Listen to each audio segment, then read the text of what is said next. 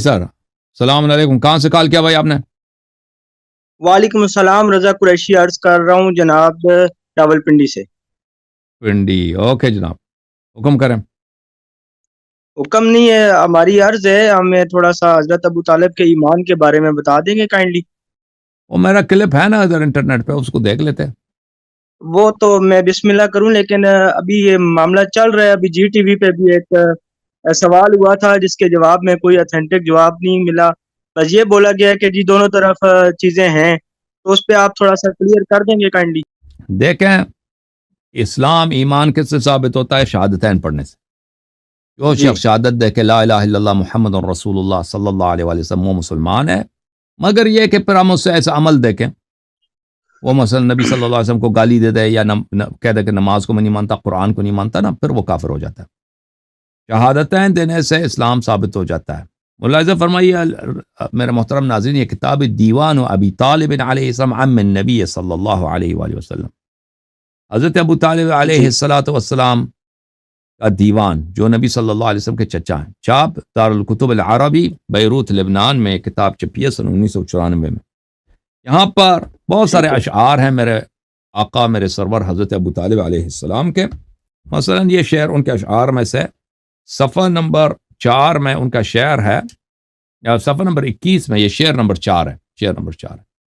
وہ نبی صلی اللہ علیہ وسلم کے سب سے پہلے مداح ہیں، جنہوں نے نبی صلی اللہ علیہ وسلم کی مدح پڑھی ہے اور ان کی نعت پڑھی ہے۔ کون ہے؟ حضرت ابو طالب علیہ السلام۔ انت الرسول رسول اللہ نعلمہ، انت الرسول، آپ رسول ہیں، رسول اللہ ہیں، نعلمہ، ہمارا علم ہے، علیک نزل من ذل العزت الکتب، آپ پہ نازل ہوئی ہے رب صاحب عزت سے کتب، ٹھیک ہے نا؟ فرمایا انت الرسول، آپ رسول ہیں۔ کس کے رسول ہیں؟ رسول اللہ۔ یہ شہادتین ہے کہ نہیں ہے؟ اللہ پہ بھی ایمان ہے، بالکل، رسالت پہ بھی ایمان ہے، اور شہادت دے رہے ہیں کہ ذل عزت سے، رب عزیز سے، عزت والے پروردگار سے آپ پہ کتب نازل ہو گئے۔ اچھا، پھر اگلے والے صفحے میں دیکھ لیں، یہ شعر نمبر 7 ہے، صفحہ نمبر 22 ہے۔ ان علیا و جعفرا ثقتی، وہ اپنے دو فرزند، دو نور عین کا ذکر کرتے ہیں کہ علی علیہ السلام کہ ماشاءاللہ ماشاءاللہ، دنیا میں ایسا باپ کتنا خوش قسمت ہے۔ ایک بیٹا ان کا نام ہے محمد صلی اللہ علیہ وسلم۔ محمد صلی اللہ علیہ وسلم بھی تو ان کے بیٹے کی طرح تھے نا، جو شیر خارگی سے، جو ابھی ماں کے پیٹ سے پیدا ہوئے ہیں، اس وقت سے ان کی تربیت ان کے ہاتھ میں، جب ان کی شادی بھی انہوں نے خود کرا دی ہے بھائی، ٹھیک ہے نا؟ گھر میں کس کے گھر میں پلے ہیں؟ نبی صلی اللہ علیہ وسلم۔ بیٹوں کو اٹھا کے تو نبی پاک کی جگہ پہ رکھتے تھے، تو پھر ہمیں دکھ ہوتا ہے کہ جب کوئی کہتا ہے کہ ابو طالب مسلمان نہیں۔ وہ تو 40 سال کی عمر میں نا، میں اس وقت کی بات کر رہا ہوں، نبی صلی اللہ علیہ وسلم ابھی ننھے تھے، ابھی پیدائش ہوئی ہے۔ کس کے گود میں؟ ان کے ماں بھی مر گئے، ان کے والد صاحب بھی مر گئے نا، دونوں وفات ہو گئے نبی صلی اللہ علیہ وسلم کے۔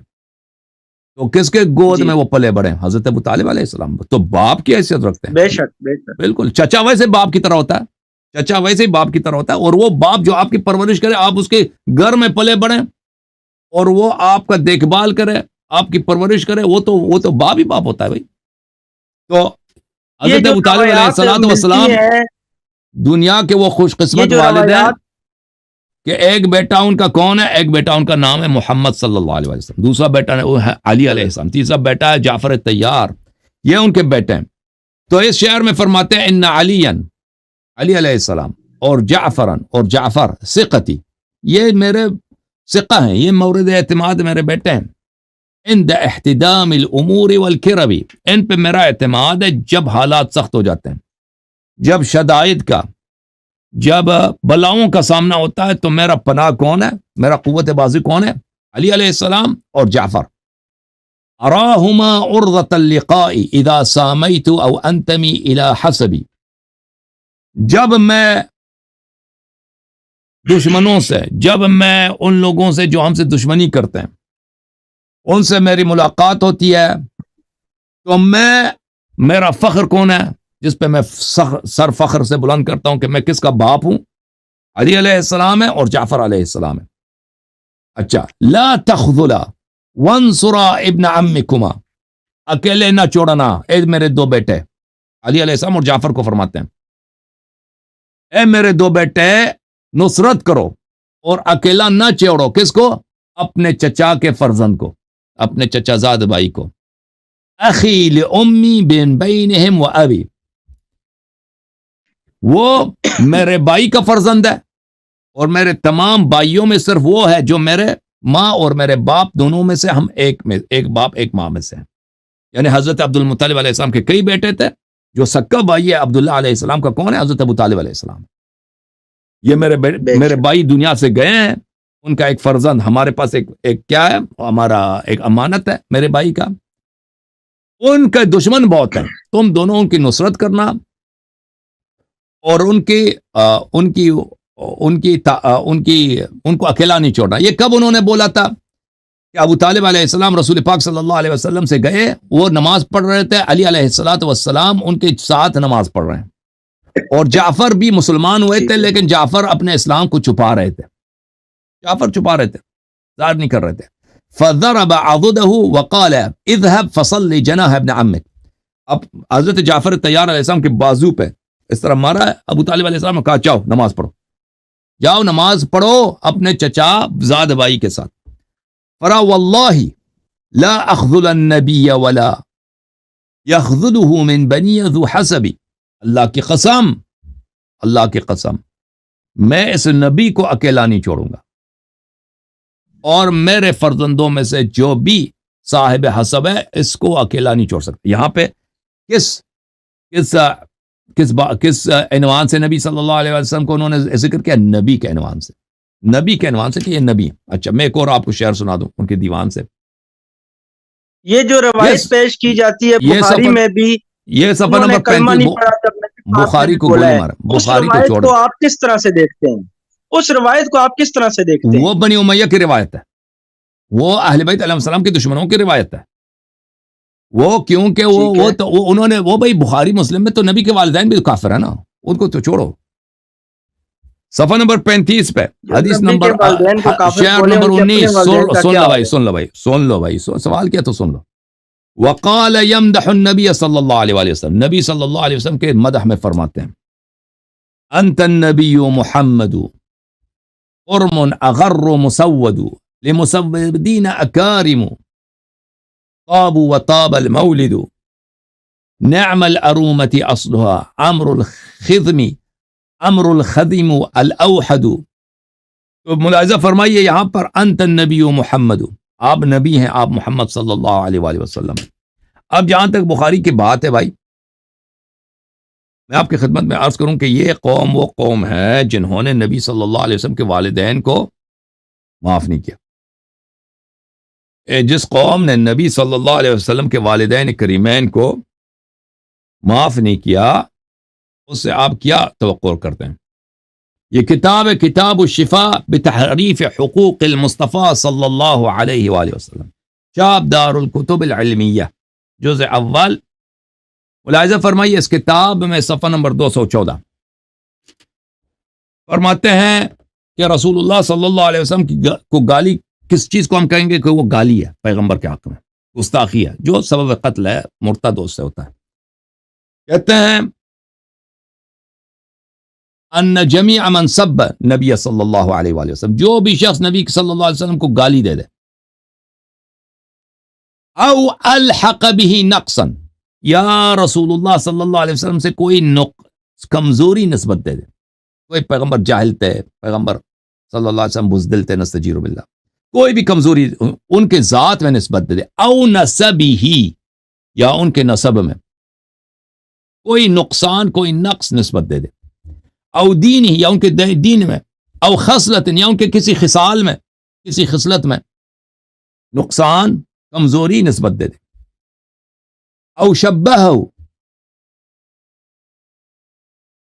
او عرض بھی، یا کنایتن کہہ دے، تصریح نہ کرے، کنایتن کہہ دے پیغمبر صلی اللہ علیہ وسلم سے، تو مختلف صورتیں بیان کرتے ہیں۔ فہو صاب لہ والحکم فیہ حکم الصاب یقتل کما نبین، ایسا شخص صاب النبی ہے، صاب یعنی گالی دینے والا، گستاخ رسول صلی اللہ علیہ وسلم، اور اس کا حکم ہے کہ اس کو قتل کیا جائے، یعنی مرتد ہے وہ، اس کو قتل کیا جائے۔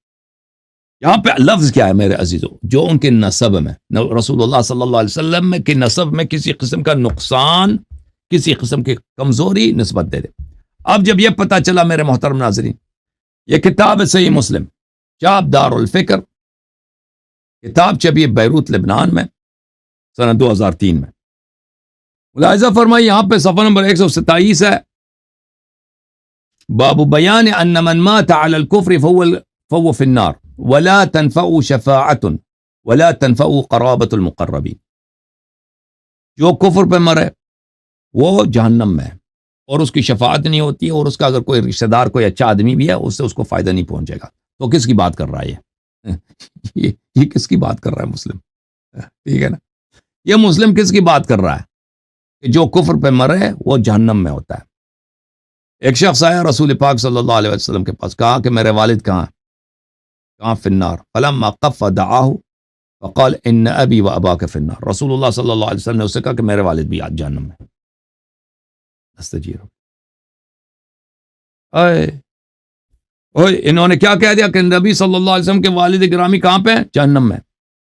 اب یہ شرح ہے کیا ہے؟ کتاب صحیح مسلم ہے، نووی صاحب کے شرح مسلم کی، اسی جلد نمبر 3 سنہ 2000 میں چھپی ہے۔ اس کتاب میں صفحہ نمبر 63 میں اسی حدیث کی شرح کرتے ہوئے کہ رسول اللہ صلی اللہ علیہ وسلم نے کہا کہ میرے والد صاحب جہنم میں، نستجیر باللہ، یعنی حضرت عبداللہ جہنم میں۔ اس میں کہتے ہیں کہ ما کان بل مات فی الفطرۃ علی ما کانت علیہ العرب من عبادت الاوثان۔ کہتے ہیں کیونکہ حضرت عبداللہ علیہ الصلوۃ والسلام اس لیے جہنم میں کیونکہ وہ بتوں کے پجاری تھے، وہ نستجیر باللہ بتوں کی پوجا کرتے تھے، وہ دوسرے عرب بھی بتوں کے پجاری تھے۔ وَهَؤُلَاء قَدْ كَانَتْ بَلَغَتْهُمْ دَعْوَةُ إِبْرَاهِيمَ عَلَيْهِ السلام وَغَيْرِهِ مِنَ الْأَنْبِيَاءِ صلوات اللہ وسلام علیہ۔ ان کو حضرت ابراہیم علیہ السلام کی دعوت پہنچی تھی، انہوں نے مانا نہیں تھا، انکار کیا تھا۔ اور بھائی کس لیے نبی صلی اللہ نستجیر باللہ، کس لیے رسول اللہ صلی اللہ علیہ وسلم کے والد جہنم میں؟ نستجیر باللہ اس لیے کہ بھائی وہ بت پرست ہے۔ یہ کتاب ہے سنن ابی داؤد، چاپ دار الفکر، 2005 میں کتاب چھپی ہے۔ یہاں پہ ایک باب ہے کتاب السنہ میں، ملاحظہ فرمائیے، باب فی ضرار المشرکین، مشرکین کی نسل، کس کی بات ہو رہی ہے؟ کون ہے مشرک کا نسل؟ اب مشرکین کے اولاد، کس مشرکین کے اولاد کی بات کر رہا ہے ملعون؟ پتہ ہے کس مشرک کی بات کر رہا ہے؟ وہ دیکھیں اس کے حدیث نمبر 418 سے پتہ چلتا ہے۔ انس سے روایت کرتے ہیں کہ رسول اللہ صلی اللہ علیہ وسلم نے کہا ان ابی و اباک فی النار، میرے والد صاحب جہنم میں۔ اس ملعون نے سلیمان ابن اشعث السجستانی ابو داؤد، اس نے کیا ایک باب بنا اپنے کتاب میں مشرکین کے اولاد، اس میں حدیث جو لائی ہے نا، اس میں مشرک کے اولاد کس کو بنا دیا؟ کہ پیغمبر نے تو کہہ دیا کہ میرے والد صاحب جہنم میں، تو کس کو اس نے مشرک کا اولاد کہا؟ اور کس کو اس نے سردار انبیاء کو بولا نہیں بولا اس ملعون نے؟ یہ کتاب ہے مسلم، چاپ دار الفکر، بیروت لبنان میں سنہ 2003 میں چھپی ہے۔ اس میں صفحہ نمبر 442 میں کتاب الجنائز ہے، اس میں ایک باب ہے، باب استئذان النبی صلی اللہ علیہ وآلہ وسلم ربہ عز وجل فی زیارت قبر امہ، کہ نبی صلی اللہ علیہ وسلم نے اللہ سے طلب کی کہ مجھے اجازت دو کہ میں اپنی والدہ کے قبر پہ جاؤں۔ پھر اس میں حدیث یہ نقل کی ہے، استأذنت ربی ان استغفر لأمی فلم یأذن لی، اللہ تعالیٰ نے سے میں نے طلب کیا، یا اللہ مجھے اجازت دو کہ میں اپنے والدہ کے لیے استغفار کروں، تو اللہ نے اجازت نہیں دی کیونکہ مشرکین کی استغفار حرام ہے۔ واستأذنت ان ازور قبرها فأذن لی، اور مجھے اجازت دی لیکن اللہ نے کہ اس کے قبر پہ جا سکتے ہو لیکن اس کے لیے دعا نہیں کرنا۔ اچھا اب ملاحظہ فرمو، یہ صحیح مسلم ہے بشرح النووی، جلد نمبر 4، چاپ دار الفکر، کتاب چھپی ہے سنہ 2000 میں۔ اس میں اسی حدیث کو نقل کرتے ہیں، اس کے بعد اس کی شرح میں کہتے ہیں کہ رسول اللہ صلی اللہ علیہ وسلم نے کہا ہے کہ میں نے اپنے والدہ کے لیے اللہ سے طلب کی کہ میں اس کی استغفار کرتا ہوں، اللہ نے کہا استغفار نہیں کر سکتے اپنی ماں کے لیے۔ ہاں اس کے قبر پہ جانا چاہوں، ہاں قبر پہ جا سکتے ہو، اللہ نے اجازت دی۔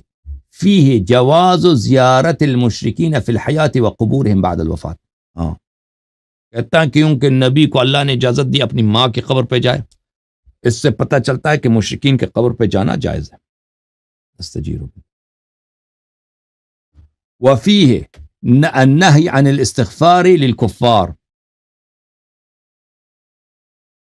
اور نبی صلی اللہ علیہ وآلہ وسلم کو اللہ تعالیٰ نے منع کیا کہ اپنی ماں کے لیے آپ استغفار نہیں کر سکتے، تو پتہ چلا کہ کفار کے لیے استغفار کرنا حرام ہے۔ استجیروا، یہ کتاب ہے البحر الزخار بمسند البزار، تالیف بزار صاحب، جزء 10 چاپ مکتبۃ العلوم والحکام، سنہ 2003 میں چھپی ہے۔ یہ متوفا ہے سنہ کس سال کے؟ سنہ 292 کے، یعنی پرانے، نسائی وغیرہ سے بھی پرانے۔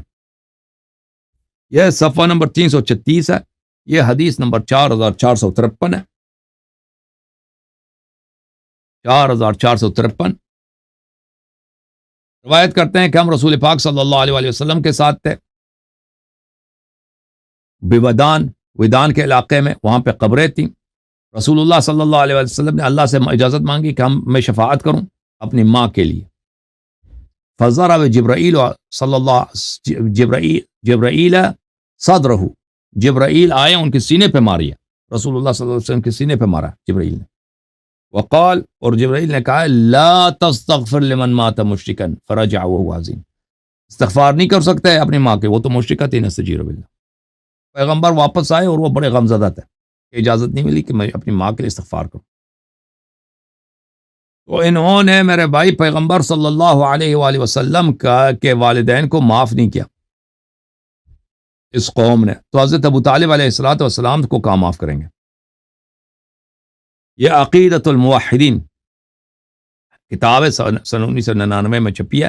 یہاں پہ ایک رسالہ ہے، ادلۃ معتقد ابی حنیفہ فی ابوی الرسول صلی اللہ علیہ وسلم۔ ابو حنیفہ کا عقیدہ کیا ہے پیغمبر کے والدین کے متعلق؟ ابو حنیفہ نعمان بن ثابت جو احناف کے امام ہے، اس کا عقیدہ کیا تھا؟ اس کتاب کا لکھنے والا کون ہے؟ ملا علی القاری، صفحہ نمبر 473 میں فرماتے ہیں کہ ہمارے امام اعظم نے اپنے کتاب الفقہ الاکبر میں یہ کہا ہے والدہ الرسول صلی اللہ علیہ وسلم مات علی الکفر، رسول صلی اللہ علیہ وسلم کے والدین کفر پہ مر گئے۔ ابو حنیفہ کا نے فتویٰ دے دی۔ تو جب انہوں نے رسول اللہ صلی اللہ علیہ وسلم کے والد کو معاف نہیں کیا، والدہ کو معاف نہیں کیا، اور انہوں کا خود ان کا عقیدہ ہے جو پیغمبر کے نسب میں نقص بولے وہ خود کیا ہے؟ ہاں، مرتد ہے، واجب القتل ہے، مرتد ہے، واجب القتل ہے۔ بھائی او بھائی دیکھو نا، بولو اللہ کی شان ہے کہ نہیں ہے؟ ایک طرف سے فتویٰ دے تو جو رسول اللہ صلی اللہ علیہ وآلہ وسلم کے آبا کے متعلق گستاخی کرے وہ مرتد ہے، مرتد ہے، واجب القتل ہے۔ دوسری طرف ان کے دونوں والدین کو مشرک کہتے ہو بار بار اپنے کتابوں میں، اور شرک سے بڑا بھی کوئی عیب ہے؟ شرک سے بھی بڑا کوئی نقصان کمزوری نقص ہے تو تم والدین رسول صلی اللہ علیہ وسلم پہ نسبت دیتے ہو؟ تو جو، اور اگر کسی شخص کو آپ مشرک زادہ کہہ دو، اس کی توہین ہے یا گالی ہے یا نہیں ہے کہ نہیں ہے؟ اور نبی صلی اللہ علیہ وسلم کو گالی دینے والا کیسے مسلمان ہو سکتا ہے؟ مجھے یہ سمجھا دو، یہ ابو حنیفہ، یہ مسلم، یہ بخاری، یہ بزار، یہ لوگ کیسے مسلمان ہو سکتے ہیں؟ ہے کہ نہیں؟ اوکے بھائی، سمجھ آئیے؟ میرا یہ سوال ہے کہ جب یہ حضرت ابراہیم کے والد کے بارے میں بات کرتے ہیں، وہاں یہ کہتے ہیں آذر نہیں ہے، طارق ہے۔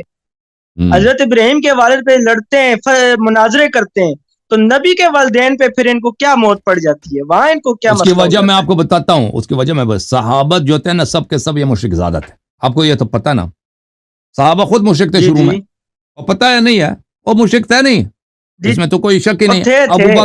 ابو بکر عمر انہوں نے کب کلمہ پڑھ لیا؟ انہوں نے اسلام قبول کیا نا سب نے، اور بوڑھے تک قبول کیا نا، ان کے والدین تو کفر میں مرے نا، بابا دادا نانا ان سب یہ کفر میں مرے نا، تو یہ تو بڑا عیب ہے۔ دیکھیں، اور اب سن لو بھائی، اب بھائی سن لو، تم سن کان لگاؤ، دیکھو، ہاں دیکھیں عرب کا جو معاشرہ ہے اس میں انساب پہ فخر یہ بہت اہم ہے، یہ قبائلی نظام تھا۔